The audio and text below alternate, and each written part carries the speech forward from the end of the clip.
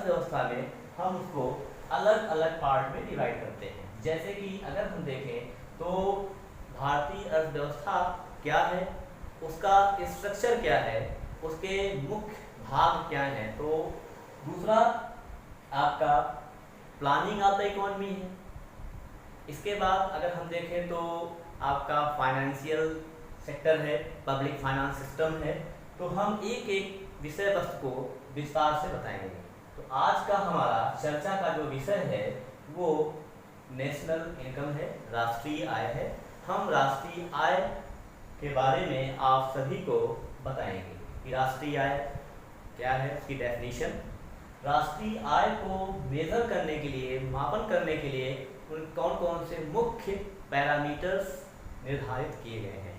तो सबसे पहले अगर हम बात करते हैं इनकम की, मान लीजिए आप नेशनल हटा दीजिए तो केवल पहला टर्म हमारा आता है इनकम। इनकम क्या होती है, आइए इसको जरा समझते हैं।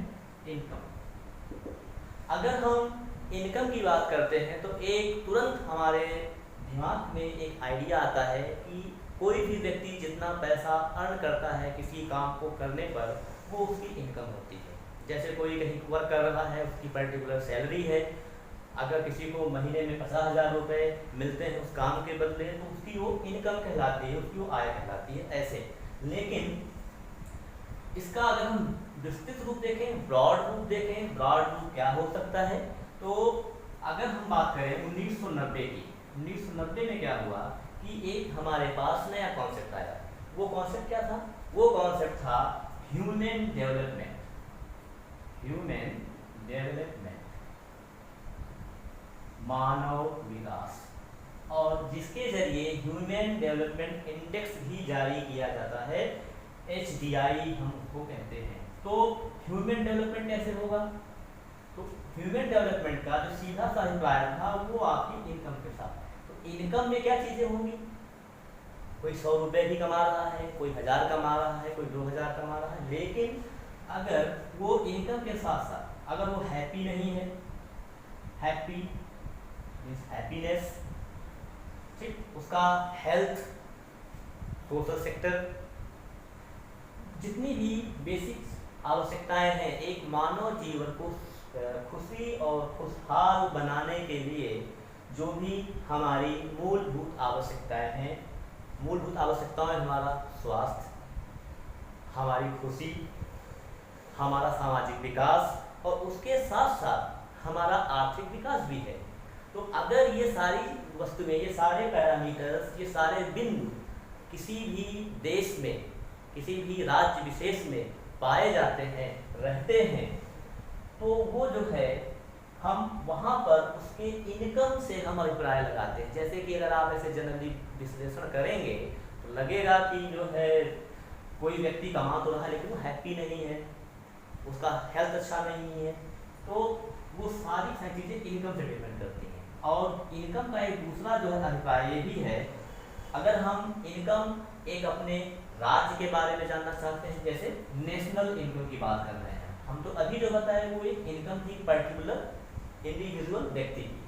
अब हम बात करें नेशनल इनकम की, तो एक नेशंस में, एक कंट्री में, एक स्टेट में कई लोग रहते हैं, बिलियंस ऑफ पॉपुलेशन होती हैं और हर व्यक्ति अलग अलग कार्य करता है, अलग अलग सर्विसेज प्रोवाइड करता है, अलग अलग वस्तुओं का निर्माण करता है। जैसे निर्माण के लिए अगर आप देखें तो अगर आपको कमोडिटी खरीदनी है तो कमोडिटी के भी कई सारे टाइप्स हो जाएंगे। जैसे कमोडिटी में आपका ईडेबल कमोडिटी जो आप खा सकते हैं, गेहूं, चावल, दाल एक्सेट्रा, तो वो भी आपकी कमोडिटीज़ में आएंगी और ये एसेंशियल्स कमोडिटीज़ होंगी, क्योंकि इनके बिना लाइफ का सर्वाइवल पॉसिबल नहीं है। तो नेशनल इनकम में हमारे पास दो पैरामीटर्स आते हैं, एक आता है कमोडिटी, कमोडिटीज, और दूसरा आता है सर्विस। तो यहाँ पर कमोडिटीज क्या होगी, इसका प्रोडक्शन होगा, ये प्रोड्यूस की जाएगी इंडिविजुअल, किसी कंपनी, किसी ट्रेड के ड्यूरेशन में। सर्विस जो होगी ये आपको प्रोवाइड की जाएगी, मिलेगी। जैसे अगर आप किसी रेस्टोरेंट या रेस्टोरेंट में जाते हैं, खाना खाते हैं, तो वो आपको सर्विस प्रोवाइड करता है, सर्विस देता है, तो सर्विस सेक्टर हो गया। अगर आप कहीं जाते हैं, किसी से इंश्योरेंस खरीदते हैं, इंश्योरेंस बाई करते हैं, तो वो सर्विस मिल रही है। ठीक, तो अलग अलग तरीके से अगर देखा जाए तो कई सारे सर्विस प्रोवाइडर्स हैं। जैसे अगर कोई अध्यापक है, किसी का शिक्षण कार्य कर रहा है, किसी बच्चे को पढ़ा रहा है, किसी इंस्टीट्यूट में लाइव क्लास दे रहा है, तो वो एक सर्विस प्रोवाइड कर रहा है। तो यहाँ पर सर्विस के एक बहुत ही विस्तृत रूप हैं और कई सारे टाइप ऑफ सर्विसेज हैं। तो उन सभी सर्विसेज का एक मुख्य कॉम्बिनेशन, पूरा एक महायोग, एक समेशन, और कमोडिटीज़ का उत्पादन। कमोडिटीज़ में हमने आपको बताया जैसे एडेबल कमोडिटीज़, इलेक्ट्रॉनिक गैजेट्स भी आपका कमोडिटीज़ में आता है। ठीक, तो अगर आप ह्यूमन को भी डेवलप करते हैं तो ह्यूमन डेवलपमेंट भी आपका एक ह्यूमन रिसोर्स में आ जाएगा।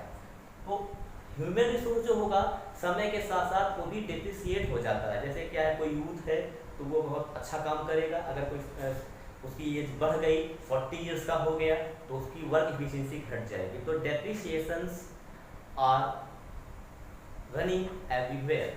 तो बेसिकली जो आपकी इनकम होगी वो दो चीज़ों पे बेस्ड है, कमोडिटीज़ और सर्विस पर।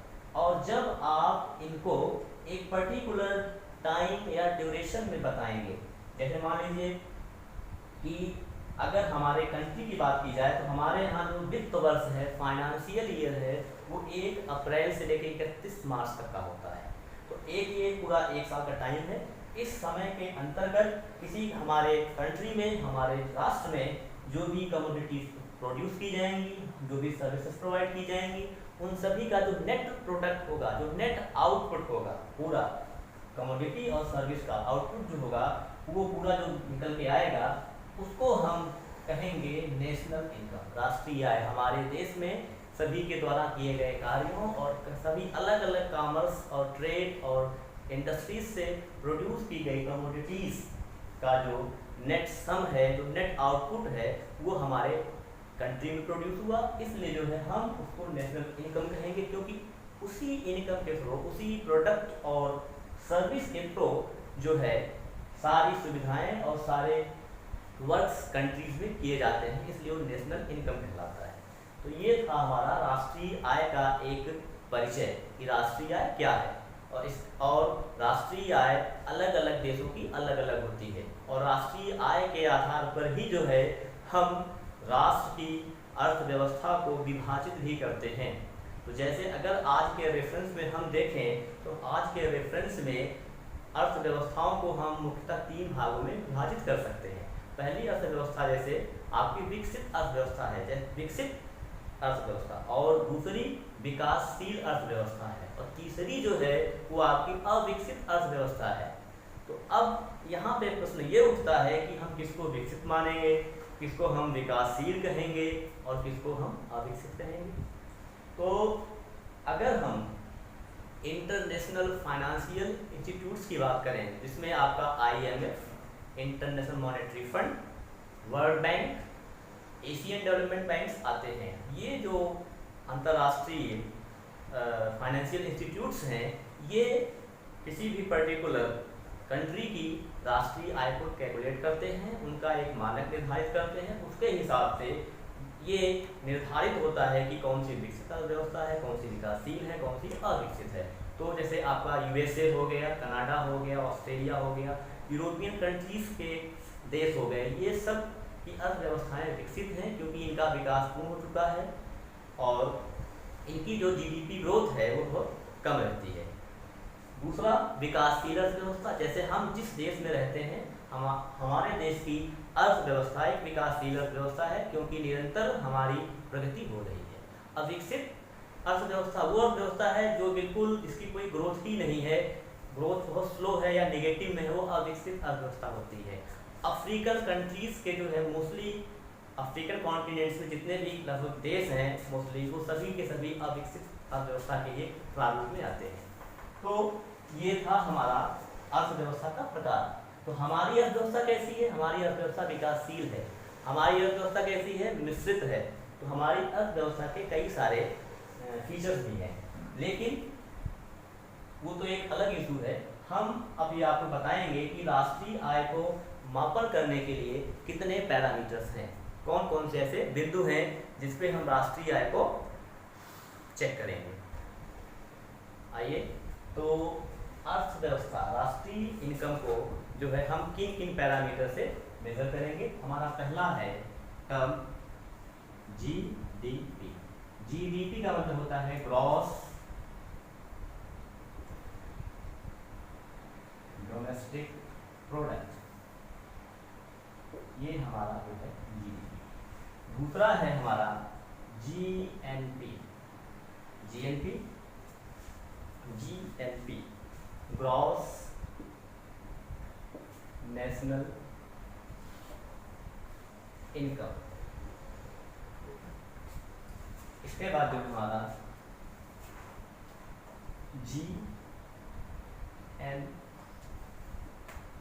एनएनपी, हमारा इसके बाद जो है एनएनपी है नेट नेशनल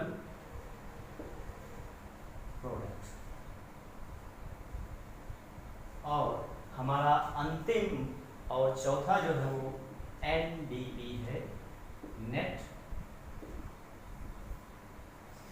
डोमेस्टिक प्रोडक्ट। तो किसी भी राष्ट्र की आय को मापने के लिए हमारे पास ये टर्म्स हैं जीडीपी, जीएनपी, एनएनपी और एनडीपी। जीडीपी का फुल फॉर्म है ग्रॉस डोमेस्टिक प्रोडक्ट, जीएनपी का फुल फॉर्म है ग्रॉस नेशनल इनकम, एनएनपी का है नेट नेशनल प्रोडक्ट और एनडीपी का है नेट डोमेस्टिक प्रोडक्ट। तो इन सब का जो है एक एक बिंदुवार हम इनका आशय बताते हैं, इनका मतलब क्या है। जैसे अगर हम बात करें जीडीपी की, ग्रॉस डोमेस्टिक प्रोडक्ट की, तो आपका जो ग्रॉस डोमेस्टिक प्रोडक्ट है किसी भी वित्त वर्ष में किसी भी राज्य स्टेट में सारे उत्पादन कमोडिटीज के और उस समय के अंतराल दी गई समस्त सेवाएं का जो योग होता है, जो आउटपुट होता है, वो आपका जीडीपी होता है, gross domestic product. Total income, सकल घरेलू उत्पाद कहते हैं इसको हिंदी में, ग्रॉस डोमेस्टिक प्रोडक्ट को सकल घरेलू उत्पाद। तो यहाँ पे इसका ये मतलब है कि आपके कंट्री में, आपके स्टेट में कितनी कमोडिटीज प्रोड्यूस हुई, कितनी सर्विसेज आपको प्रोवाइड की गई, उन सब का जो टोटल होगा वो आपका जीडीपी कहलाएगा। ठीक, अगर आप बात करते हैं एनडीपी की, नेशनल डोमेस्टिक प्रोडक्ट की, तो हम यहाँ पे फर्स्ट के बाद फोर्थ बता रहे हैं क्योंकि इसका इससे एसोसिएशन ज़्यादा नज़दीक है। NDP net domestic product. जैसे क्या होता है कि किसी भी कंट्री में, किसी भी स्टेट में जितने भी रिसोर्सेज होते हैं उनका जो है समय के साथ साथ उनका अवमूल्यन होता है, डेप्रिसिएशन होता है, उनकी जो कीमत होती है गिरने लगती है, घटने लगती है, जिसको हम एक नया टर्म देते हैं wear and tear. Wear and tear, wear and tear आप ऐसे समझ सकते हैं जैसे कि अगर आपने कोई नया शू खरीदा, कुछ दिन पहना तो उसका सोल घिस जाता है, टूट जाता है, तो वो वियर एंड टियर हो गया, वो लॉस हो गया। तो अगर जो है समय के साथ साथ किसी भी वस्तु का अवमूल्यन हुआ, डेप्रिसिएशन हुआ, तो उसको जो है कितनी वैल्यू की डेप्रिसिएट हुई, उसको जो है जब आप जीडीपी से माइनस कर देंगे, जब आप उस वियर और टियर को मतलब डेप्रिसिएशन को जब आप इस जीडीपी से माइनस करेंगे तो आपको एनडीपी मिल जाएगा, नेट डोमेस्टिक प्रोडक्ट मिलेगा। तो अगर हम यहाँ पे देखें फार्मूला, तो NDP is equal to GDP minus depreciation, ये जो है आपका एनडीपी हुआ। तो कहने का मतलब हुआ अगर ऐसे देखना चाहेंगे तो यहाँ पर जो एनडीपी की जो वैल्यू है वो जीडीपी से हमेशा कम होगी। क्यों? क्योंकि आप जब नेट डोमेस्टिक प्रोडक्ट फाइंड कर रहे हैं, निकाल रहे हैं, तो उसको जीडीपी से माइनस कर रहे हैं। तो NDP will be always less than gross domestic product. Then after we will discuss GNP. Now GNP gross national product, इसके तहत आपके दो पैरामीटर्स हैं। पहला है ट्रेड बैलेंस, दूसरा है इंटरेस्ट फ्रॉम एक्सटर्नल लोन्स।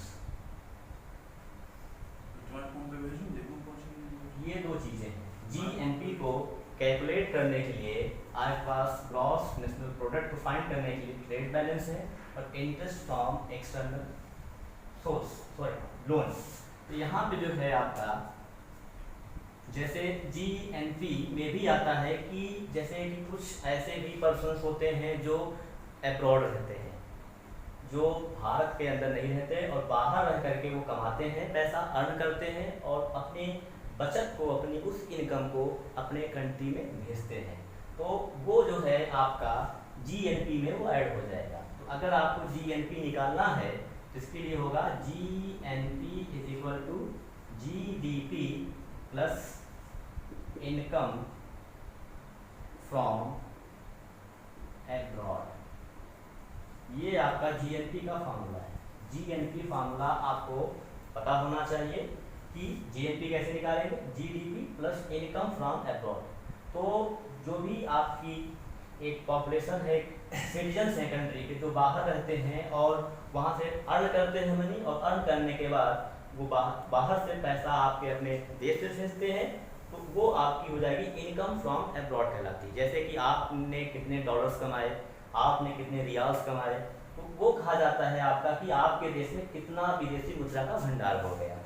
उसके अकॉर्डिंग आपका जीएनपी निकालेंगे तो जीडीपी जोड़ दो और प्लस इनकम फ्रॉम एब्रॉड आप जोड़ दीजिए तो आपको जीएनपी मिल जाएगा। अब यहाँ से आप देख सकते हैं कि जीएनपी बड़ा होगा कि जीडीपी बड़ा होगा। तो सीधी सी बात है कि GNP will be always greater than GDP. So friends, now our last and final parameters are N and P. Net national product, ठीक? Net national product NNP क्या है? और यहाँ पे अगर देखें इसको नेट नेशनल प्रोडक्ट के बारे में